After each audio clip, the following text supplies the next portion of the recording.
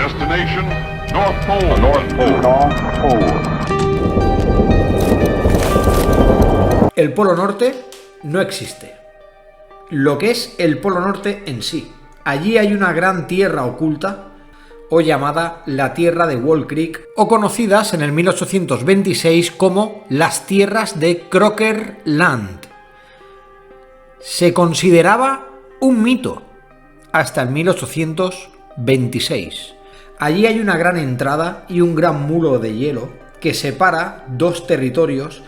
En uno hay prados verdes y lagunas calientes con animales indescriptibles, y en otra hay océanos de hielo helado. ¿Sabéis que los nazis intentaron entrar y solo algunos pasaron por la llamada la Puerta del Juicio? La Puerta del Juicio. ¿Os suena? Todo esto y más en el vídeo de hoy. In the time when the oceans drank Atlantis and the rise of the sons of Arius, there was an age undreamed of. Eso que no nos mata, nos hace más fuertes. Abejos del Sol, yo os saludo. Bienvenidos a este bombazo de vídeo. ¿Y si os dijera que el Polo Norte no existe? ¿Que más allá se encuentra la isla helada de Crocker? Una ubicación solo registrada en algunos mapas, en algunos primeros mapas de la época.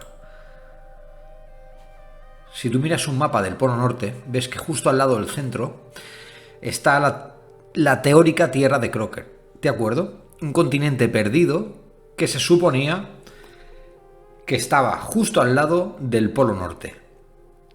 Vale, vamos a encuadrarnos en una época en la que el mapa mundial había sido pues casi documentado a fondo.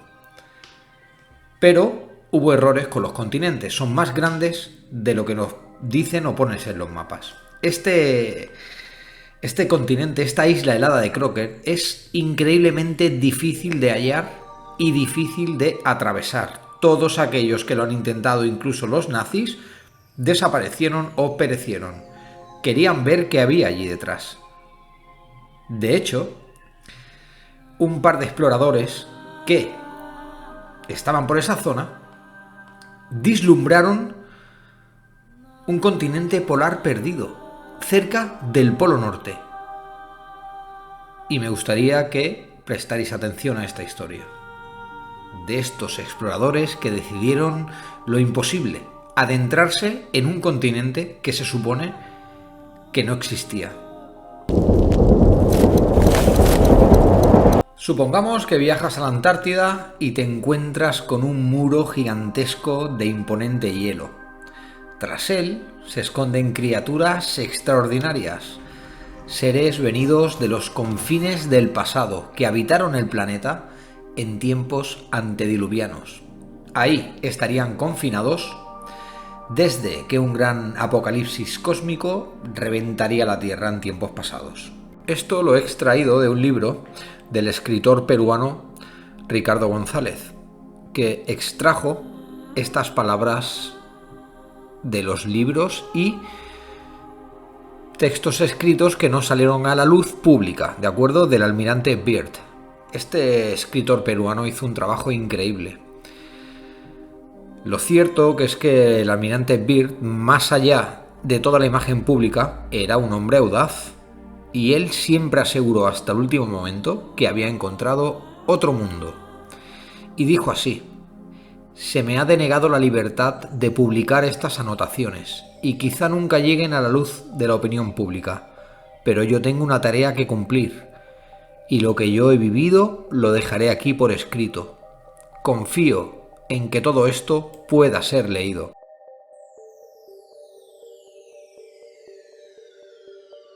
Confío en que venga un tiempo en que la ambición y el poder de un grupo de personas no puedan ocultar más la verdad. Estas son las líneas introductorias de uno de los diarios de Byrd, recogidas por Ricardo González.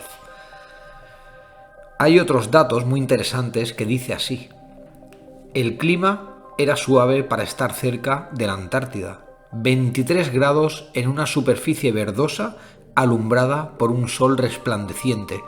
Había cruzado un mar de tormentas. ¿Y aquí? El clima era apacible, cálido y no había borrascas. El explorador describe cómo él y su equipo atraviesan un muro de hielo gigante que esconde un gran agujero que conecta ambos polos de la Tierra, por el que descienden sobrevolando. Incluso hay datos y horas de cómo fallaba el aparato y qué tipo de fallo era mecánico.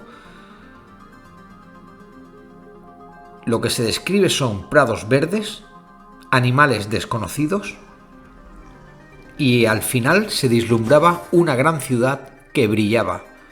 El clima era suave y benévolo. Yo sé que es bastante imposible concebir la vida silvestre en dichas profundidades. Sigo teniendo mis dudas si sobre lo que estoy viendo es real. Estas son palabras de Almirante Byrd, a manos de un avión preparado para cruzar el polo. Alucinante. Y por favor que esto no pase inadvertido. Las palabras del Almirante Byrd en el Senado. Porque incluso fue a declarar delante de las cámaras. Él dijo esto: si estallase otra guerra mundial, esta sería de polo a polo. Y estas palabras resonaron en el Congreso. Tenemos que recordar la operación Hill Jam, una operación oficial del 1946 al 47. Estados Unidos desplegó una fuerza militar brutal hasta el continente helado, 13 barcos, 4.700 hombres y varias aeronaves. Byrd fue en la organización de la operación, porque en ese entonces pues tenía experiencia en tierras antárticas. El objetivo: probar los equipos militares en condiciones climáticas extremas. Eso es lo que dijeron, ese era el objetivo. No era descubrir un continente nuevo o llegar primero allí antes que todos los demás países que están allí haciendo cola para entrar. Alucinante. Se esperaba una misión dura, entre 6 y 8 meses. Pero a las 8 semanas se canceló todo y los equipos volvieron a casa con un número increíble de bajas, con daños de batalla y con contratos de no decir ni pío de lo que había pasado allí hasta que terminaran su carrera militar. Es increíble. Y bueno, tenemos que recordar el apartado de la Enerve. Los nazis estuvieron allí atrincherados en la base 211. He leído por algún lugar que lo que ocurrió allí realmente es que él no pudo cruzar. ¿Sabéis que hubo muchos alemanes que desaparecieron? Los barcos que llegaban a puertos argentinos venían vacíos y los submarinos también, con el personal mínimo. Eso sí, las personas que quedaban en los submarinos alemanes, que volvieron de no se sabe dónde, traían cuadernos escritos por la tripulación para entregárselos a sus familiares, como a modo de despedirse. Y no eran cartas en el último minuto de vida, sino eran cartas diciendo que habían encontrado ahí algo y que no iban a volver. Que estuvieran bien y que estuvieran tranquilos.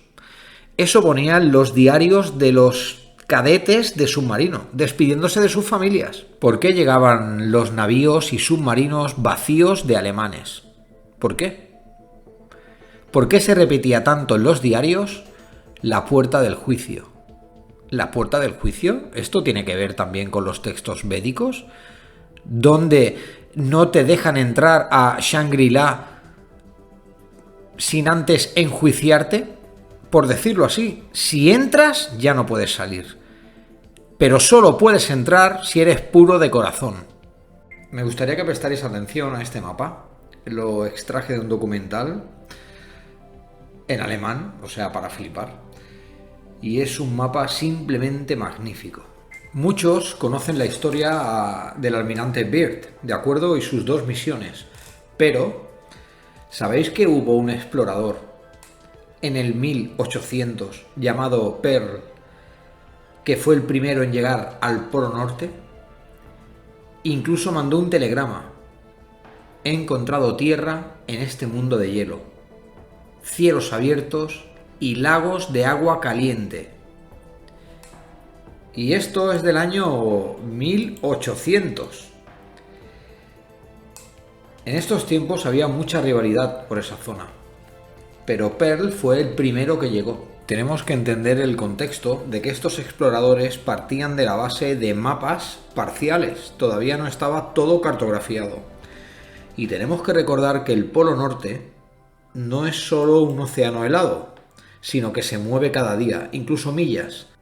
La única manera de demostrar que se ha llegado al Polo Norte es revisar los diarios, registros, cuadernos de bitácora y compararlos con evidencias sólidas, ¿de acuerdo? Hay dos datos que tenéis que conocer y cualquier investigador que se precie tiene que saber esto.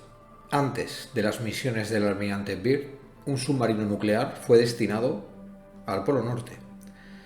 Y antes fue un ruso, en 1926, Roald Amundsen,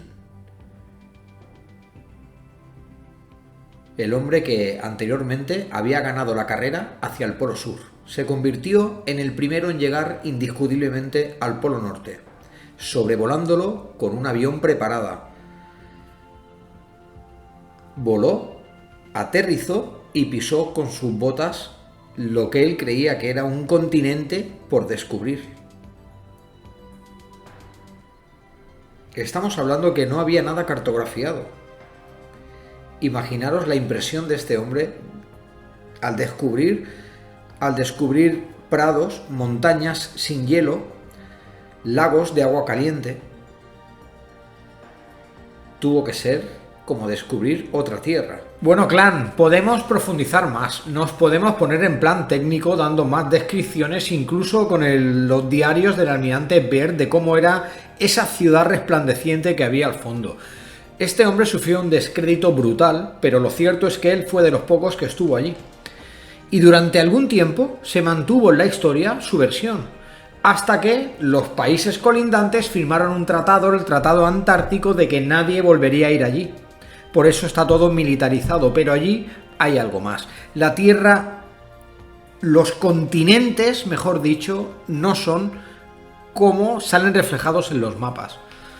Bueno, como ya he dicho, si queréis profundizamos más. Espero que os haya gustado este vídeo y nos vemos en el siguiente. Adiós, por favor, un like. Adiós.